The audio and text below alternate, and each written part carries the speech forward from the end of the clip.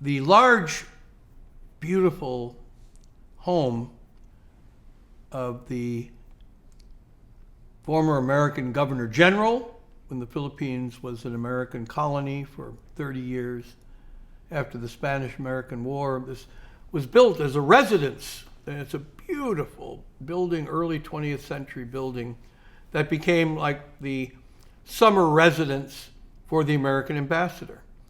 And as deputy ambassador, my family and I got to spend time over Christmas up there. We had the run of the place. It was wonderful. We'd go off and do all the relaxing activities at Camp John Hay. But the building, this residence, was filled with history. And in the dining room table, was the table at which General Matthew Wainwright, who had been held prisoner by the Japanese during World War II, took the surrender of Japanese forces. And there's a painting of it on the wall, of Wainwright, emaciated, thin, but at the table across from Admiral Yamashita, the senior Japanese official, and Douglas MacArthur, who had landed at Leyte, and American forces had retaken the Philippines after being forced to abandon it at the beginning of the war, and the Bataan Death March, all of these elements of history. And so we'd be sitting there eating our hamburgers and hot dogs at this table with this painting behind us and just engulfed in history. There was a rumor that Yamashita, who had a hoard of gold, had hidden it someplace.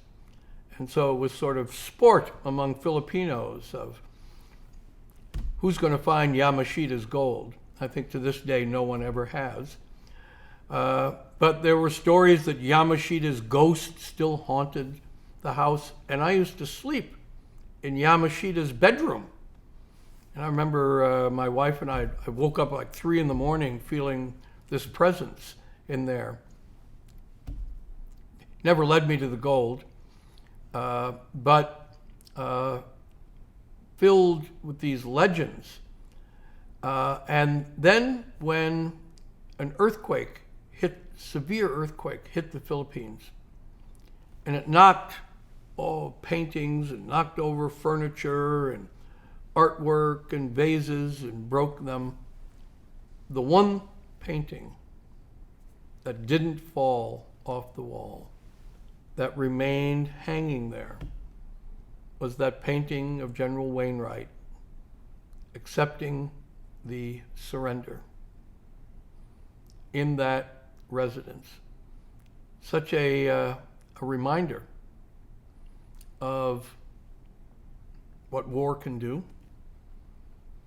but also a reminder of how, when the war was over,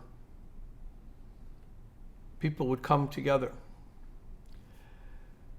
There was a wonderful Little League for young boys and girls, baseball in the Philippines.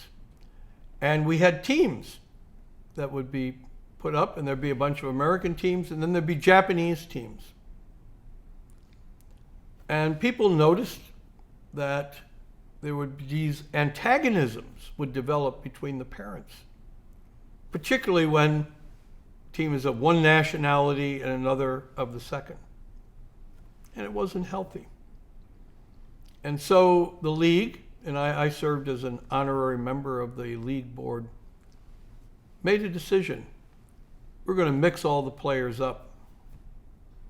And so the teams, my sons and my daughter would be on. Half the team would be Japanese. The other half would be Americans, Filipinos, Canadians, whoever played baseball. And instead of antagonism between parents of one nationality, one race with parents of another, we're always together, having barbecues together.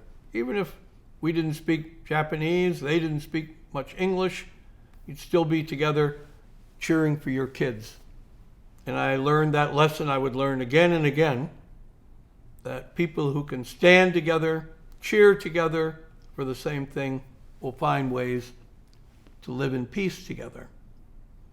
This is a simple example in the Philippines in baseball, but it'd be one that I would see play out again and again, including when I was president of the World Food Prize and when I had an Israeli Jewish laureate who had been nominated by 3 Muslim and Arab scientists, which is a wonderful story for another day.